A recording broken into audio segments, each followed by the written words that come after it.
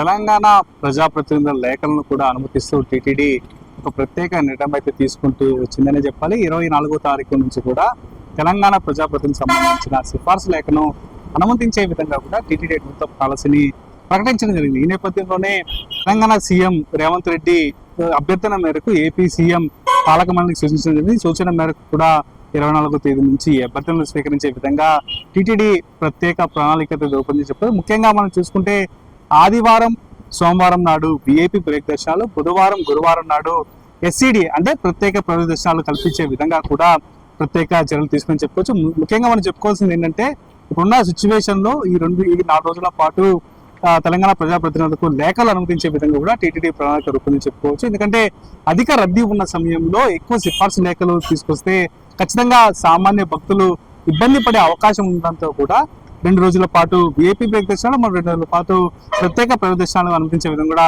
TTD ప్రత్యేక ప్రణాళిక రూపొందించి చెప్పుకోవచ్చు. ముఖ్యంగా తెలంగాణ నుంచి వచ్చే భక్తులు ముఖ్యంగా మనకి ఎమ్మెల్యే కానీ, ఎంపీ కానీ, ఇతర ఎమ్మెల్సీ కోటాలో కానీ సిఫార్సు లేఖలు తీసుకురావాల్సి ఉంటుంది. ఈ సిఫార్సు లేఖలు అన్ని ఒరిజినల్ ఉండాలి. అంటే వాళ్ళు ఇచ్చే సిఫార్సు లేఖను యథాతథంగా తిరుమలకు తీసుకురావాల్సి ఉంటుంది. ఒకవేళ నలుగురు వస్తే నలుగురు సంబంధించిన దాంట్లో పేర్లు నమోదు చేయాల్సి ఉంటుంది. దాంట్లో డేటుతో సహా ఖచ్చితంగా మెన్షన్ చేయాల్సిన పరిస్థితి అయితే ఉంటుంది. ఒకవేళ మీరు బ్రేక్ దర్శనానికి వెళ్ళే పని అయితే ముందు రోజు అంటే ఆదివారం వెళ్ళే భక్తులు శనివారమే తిరుమలకు చేరుకొని తిరుమలలోని జేఈఓ కార్యాలయంలో వీరు నమోదు చేసుకోవాల్సిన పరిస్థితి ఉంటుంది. మళ్ళా ఒకవేళ వీళ్ళు బుధవారం గురువారం వెళ్తే ఏ రోజుకి ఆ రోజు ఎస్సీడీ దర్శనాలు ఇచ్చే విధంగా కూడా టీటీడీ ప్రత్యేక ప్రణాళిక రూపొందించి చెప్పాలి. అయితే ముఖ్యంగా వీరు ఖచ్చితంగా ఒరిజినల్ లెటర్ కాపీని అయితే తిరుమలకు తీసుకురావాల్సి ఉంటుంది. ఇక రూమ్ కావాలనుకుంటే జిరాక్స్ కాపీ, ఆ లెటర్ కు సంబంధించిన జిరాక్స్ కాపీ తీసుకురావాల్సి ఉంటుంది. ఈ 2 లేఖలు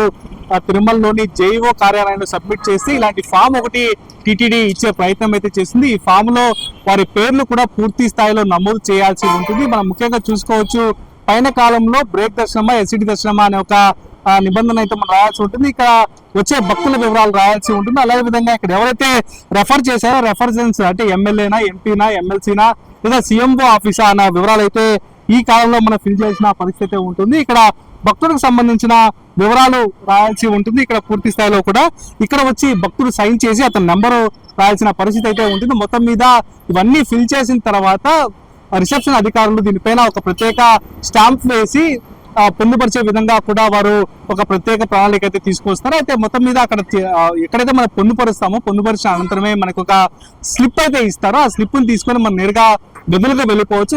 సాయంకాలం 6 నుంచి 8 గంటల లోపు దర్శనానికి సంబంధించిన మెసేజ్ అయితే మనకు వస్తుంది. ఆ మెసేజ్ రాగానే మనం దానికి పేమెంట్ చేసి ఆ పేమెంట్ ద్వారా మనము స్వామివారి దర్శనానికి వెళ్ళే పరిస్థితి ఉంటుంది. అయితే మొత్తం మీద బుధవారం గురువారం మాత్రం ఎస్సీడీ టోకన్లను అయితే జారీ చేస్తారు. అయితే ఆదివారము సోమవారం మాత్రం బ్రేక్ దర్శనాలు జారీ చేస్తారు. ఇది ఖచ్చితంగా ప్రతి ఒక్క తెలంగాణ భక్తులు గుర్తుంచుకోవాల్సిన విషయంగా కూడా మనం చెప్పుకోవాలి. ఎందుకంటే స్వామివారి భక్తులకు తిరుమలకు వచ్చే స్వామివారి భక్తులు ఖచ్చితంగా బ్రేక్ దర్శనం కావాలంటారు. కొంతమంది ప్రత్యేక ప్రదర్శనం అయినా పర్లేదు అంటారు. కాబట్టి బ్రేక్ దర్శనాలు వెళ్ళాలనుకుంటే మాత్రం ఖచ్చితంగా ఆది సోమవారం సాధ్యం అవుతుంది. ఒకవేళ ఆదివారం కావాలనుకుంటే శనివారం మనము లెటర్ సబ్మిట్ చేయాల్సి ఉంటుంది. ఒకవేళ సోమవారం కావాలనుకుంటే ఆదివారం లెటర్ సబ్మిట్ చేయాల్సిన పరిస్థితి ఉంటుంది. మొత్తం మీద ఈ ప్రాసెస్ అనేది కూడా ఒక స్ట్రీమ్ లైన్ లో ఉంటుంది. ఈ స్ట్రీమ్ లైన్ ప్రాసెస్ లో మనం ప్రతి ఒక్కరు పాటించాల్సి ఉంటుంది. దీంట్లో ఒక ముఖ్య విషయం ఏంటంటే ఎవరైతే మొదటి పేరు కలిగిన భక్తులు ఉన్నారో వారు మాత్రమే తిరుమల జేఈఓ కార్యాలయాన్ని సంప్రదించాలి. నేరుగా సంప్రదించిన అనంతరం వారి పేరు పైన ఇన్షియల్ వేస్తారు. ఆ ఇన్షియల్ వేసిన అనంతరం ఆ ఇన్షియల్ తగ్గ ఆధార్ కార్డు కలిగిన భక్తులు మాత్రమే అక్కడ వెళ్ళి బయోమెట్రిక్ ఇవ్వాల్సి ఉంటుంది. బయోమెట్రిక్ ఇచ్చిన తర్వాత ఒక స్లిప్ అయితే జారీ చేస్తారు. ఆ స్లిప్ తీసుకొని నేరుగా మనం బయటకు వచ్చేయాల్సిన పరిస్థితి ఉంటుంది. అయితే ఎక్కడ కానీ మనం టికెట్ కొనుగోలు చేసేందుకు లైన్ లో వేచి ఉండాల్సిన అవసరం లేదు. నేరుగా మన వాట్సాప్ కావచ్చు, మన మెసేజ్ కావచ్చు, మెసేజ్ వస్తుంది. ఆ మెసేజ్ ద్వారా మనము పేమెంట్ చేసి ఆ పేమెంట్ ద్వారా మనం నేరుగా టికెట్ పొందే అవకాశం అయితే ఉంటుంది. మొత్తం మీద ఈ ప్రక్రియనంతా కూడా ఒక్క రోజులోనే పూర్తి చేసుకోవాలి. మరుసటి రోజు మనము టికెట్ పొందే అవకాశం అయితే ఉంటుంది. ఇక ఎస్సీడీ టోకెన్ సంబంధించి ఇది ఏ రోజుకి ఆ రోజు అయితే ఇవాళ ఉదయం వెళ్ళి మన లెటర్ సబ్మిట్ చేసి ఒక అరగంటకంతా కూడా మనకి మెసేజ్ వస్తుంది. ఆ మెసేజ్ లో పేమెంట్ చేసిన తర్వాత వెంటనే మనము 12 గంటల నుంచి రాత్రి 8 గంటల లోపు కూడా దర్శనానికి అనుమతించే వెసులుబాటు అయితే ఉంటుంది. ఈ విషయాన్ని అందరూ కూడా తెలంగాణ భక్తులు ఎంతో గుర్తించాల్సిన పరిస్థితి అయితే ఉంటుంది. అయితే మొత్తం మీద ఈ 4 రోజుల మినహా మరో ఏ రోజులో కూడా తెలంగాణ ప్రజాప్రతినిధుల లేఖలు అయితే ఖచ్చితంగా అనుమతించాలని చెప్పుకోవాలి. ఇప్పటికే తెలంగాణలో 150 మందికి పైగా రికమెండేషన్ చేసే అవకాశం అయితే కనిపిస్తూ వస్తుంది. సీఎంఓతో సహా మొత్తం 150 మందికి పైగా సిఫార్సు లేఖలు ఇచ్చే పరిస్థితి ఉంటుంది. దీంతో అదనంగా మరో 1000 నుంచి 1500 మంది స్వామివారి దర్శనానికి వచ్చే దర్శన భాగ్యం అయితే కల్పించే విధంగా కూడా టీటీ ప్రణాళికలు రూపొందించని చెప్పాలి. ఇది తాజా పరిస్థితి. ఓటు చూస్తుంది.